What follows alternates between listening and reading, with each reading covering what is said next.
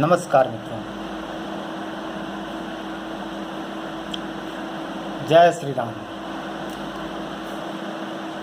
मित्रों, आज का दिन बड़ा ही सुखद है। आज अवधपुरी में राम जन्मभूमि पर भव्य श्री रामचंद्र जी के मंदिर के निर्माण हेतु भूमि पूजन का आयोजन किया गया। वास्तव में हृदय बहुत ही आह्लादित महसूस कर रहा है। आज हम लोगों का एक उद्देश्य होना चाहिए। मैं चाहता हूं कि आप लोग थोड़ी देर तक हमारे साथ बैठें। मैं कुछ गुफ्तगू करना चाहता हूं आप लोगों से, कुछ कविता के माध्यम से कुछ अपने विचार व्यक्त करना चाहता हूं।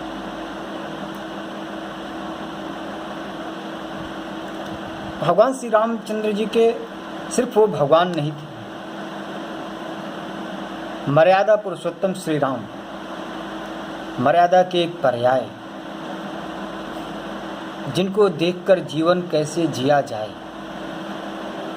यह शिक्षा मिलती है।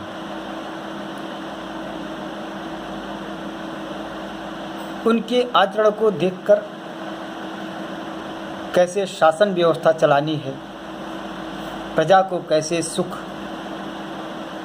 कैसे सुखी रखना है, प्रजा का कैसे ध्यान रखना है, पुत्रवत पालन करना है, या आज के सरकार को उनसे सीखनी चाहिए। और यह मंदिर या जो मंदिर है सिर्फ और सिर्फ मंदिर नहीं है, यह इस राम राज्य की कल्पना का एक द्योतक है। मित्रों, सिर्फ और सिर्फ शासन सत्ता आपके मॉरल को राम में नहीं कर सकती, आपके मॉरल को आपको मर्यादित नहीं कर सकती। इसके लिए आपको अपने अंदर छिपे हुए रावण को भी मारना होगा। मेरे एक मित्र संदीप शुक्ला जी ने कहा है कि चलो राम बन जाएं हम सब, चलो राम बन जाए हम सब, रावण का कर दे संहार। चलो राम बन जाए हम सब, रावण का कर दे संहार। जन्मभूमि को पावन कर दे, रहे न दुख भय और संताप। जन्मभूमि को पावन कर दे, रहे न दुख भय और संताप। आज दनुज है पनपे फिर से, आज दनुज है पनपे फिर से, बहुत हो रहा अत्याचार। मातृभूमि को निर्मल कर दे, करी प्रतिज्ञा हम सब आज। मातृभूमि को पावन कर दे, करी प्रतिज्ञा हम सब आज। भ्रष्टाचार आज का दानव, भ्रष्टाचार आज का दानव, भ्रष्टाचार आज का दानव, निकल रहा हम सबका भाग। भ्रष्टाचार आज का दानव, निकल रहा हम सबका भाग। शासक लोग बने हैं, भक्षक प्रजा बनी है उनका ग्रास। शासक बने हैं, शासक लोग बने हैं, भक्षक प्रजा बनी है उनका ग्रास। निज रावण को मारे, निज रावण को सब मारे, निज रावण को सब मारे, राम बसे जब उर में आए। निज रावण को सब मारे, राम बसे जब उर में आए। बाहर भीतर राम राज्य हो, बाहर भीतर राम राज्य हो। स्वर्ग बने ये हिंदुस्तान, स्वर्ग बने ये हिंदुस्तान। अब बने राम, क्या उद्देश्य है मंदिर का कि बने राम अब नर भारत को, बने राम अब नर भारत के, बने राम अब नर भारत के, बने राम अब नर भारत के, नारी धरे शक्ति अवतार। बने राम अब नर भारत के, नारी धरे शक्ति अवतार। सर्वनाश कर इस रावण का, सर्वनाश कर इस रावण का, राम राज्य का हो विस्तार। सर्वनाश कर इस रावण का, राम राज्य का हो विस्तार। मित्रों, मैं अपनी एक चार पंक्तियां में देता हूँ। तमाम प्रकार की टिप्पणियां आई, मैं एक चार पंक्तियां देता हूँ। मैं अपनी एक चार पंक्तियां देता हूँ कि लोगों को बस माया के ही जाल में खोना है। लोगों को बस माया के ही जाल में खोना है। लोगों को बस माया के ही जाल में खोना है। खुशियों के संग गम को भी पीठ पे अपने ढोना है। खुशियों के संग गम को भी पीठ पे अपने ढोना है। अब कुछ ना सोचो, कुछ ना सोचो, कुछ ना सोचो, राघो का बस मन में ध्यान धरो क्योंकि कुछ ना सोचो बस राघव का मन में ध्यान धरो, क्योंकि कुछ ना सोचो बस राघव का मन में ध्यान धरो, क्योंकि जो भी है सोचे राम वही बस प्यारे जग में होना है। जो भी है सोचे राम वही बस प्यारे जग में होना है। जो भी है सोचे राम वही बस प्यारे जग में होना है। आइए एक अपनी प्रतिनिधि रचना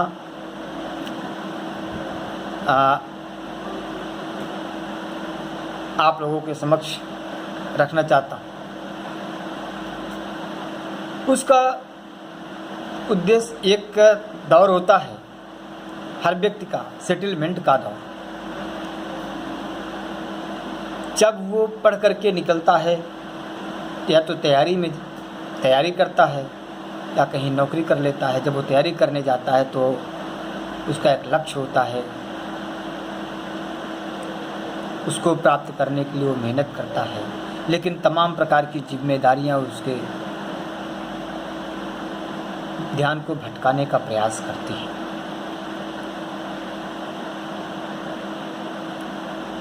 लेकिन अगर समस्याएं आएंगी, पिताजी कहते कि समस्याएं आएंगी, समस्याओं को जब हम लोग सवाल हल करते थे तो पिताजी से पूछते कैसे करें, तो पिताजी कहते कि इसको डरो नहीं, समस्याओं को टुकड़े टुकड़े कर दो, जैसे कहा जा रहा है बस वैसे करते जाओ, अपने आप समस्या हल हो जाएंगी। मैं वकालत करता हूँ, हमारे पास मुकदमे आते हैं, बेलें आती हैं, तो मैं क्या करता हूँ, सबसे पहले जो सबसे आसान बेल होती है उसमें से मैं उनकी डालता हूँ। एक बेल डाला, फिर दूसरी बेल डाला, ऐसे ऐसे करके सारी बेल करा ले जाते हैं। ये तरीका होता है किसी भी समस्याओं से निपटने का। मैं कविता एक रखता हूँ कि भाग रहा है मन जो तुम्हारा, भाग रहा है मन जो तुम्हारा, इसको कब तुम बांधोगे। भाग रहा है मन जो तुम्हारा, इसको कब तुम बांधोगे। क्या है बोलो लक्ष्य तुम्हारा, किसको कब तुम साधोगे। भाग रहा है मन जो तुम्हारा, इसको कब तुम बांधोगे। क्या है बोलो लक्ष्य तुम्हारा, किसको कब तुम साधोगे। और उलझ उलझ कर उलझन में ना, उलझ उलझ कर उलझन में ना, उलझ उलझ कर उलझन में ना खुद को यूं उलझाना, उलझ उलझ कर उलझन में ना खुद को यूं उलझाना। जटिल समस्याओं को टुकड़े टुकड़े कर सुलझाना, उलझ उलझ कर उलझन में ना खुद को यूं उलझाना। जटिल समस्याओं को टुकड़े टुकड़े कर सुलझाना। मैंने कभी कहा था कि चलते रहे तो चलते चलते कुछ ना कुछ कर जाओगे, और बैठ गए जो चुप होकर तो जिंदा ही मर जाओगे। कि उलझ उलझ कर उलझन में ना खुद को यूं उलझाना, जटिल समस्याओं को टुकड़े टुकड़े कर सुलझाना। और वो है प्रतिज्ञा जिसके पथ में बाधाएं ना आए, वो है प्रतिज्ञा जिसके पथ में बाधाएं ना आए। चलते जाना बस चलते ही जाना, वो है प्रतिज्ञा जिसके पथ में बाधाएं ना आए। चलते जाना बस चलते ही जाना। और सोया सोया चेहरा तुम्हारा, सोया सोया चेहरा तुम्हारा, हे अब कब तुम जागोगे। क्या है बोलो लक्ष्य तुम्हारा, किसको कब तुम साधोगे। क्या है बोलो लक्ष्य तुम्हारा, किसको कब तुम साधोगे। मैं अगली पंक्तियां मैं देता हूँ। मैं महाभारत के पात्र उठाता हूँ। महाभारत तय हो जाता है कि महाभारत होना है। भगवान श्री कृष्ण प्रतिज्ञा करते हैं कि मैं पूरे युद्ध में शस्त्र नहीं उठाऊंगा।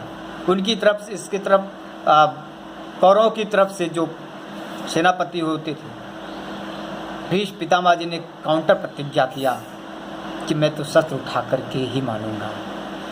और अंत में भगवान श्री कृष्ण को शस्त्र उठाना पड़ा। अब वो शास्त्रों में कहा गया है कि भगवान अपने भक्त का लाज रखने के लिए अपनी प्रतिज्ञा तोड़ दिए। लेकिन मैं क्या कहता हूँ, मैं शास्त्रों की चुनौती नहीं देता, मैं मानता हूँ, लेकिन मैंने एक दूसरा तर्क रखने की कोशिश किया। अगर वो सही लगे तो आप लोग आशीर्वाद दीजिएगा कि कि यह कर्म क्षेत्र एक कुरुक्षेत्र है, धर्म निभाना पड़ता है। यह कर्म क्षेत्र कुरुक्षेत्र है, धर्म निभाना पड़ता है। यह कर्म क्षेत्र कुरुक्षेत्र है, धर्म निभाना पड़ता है।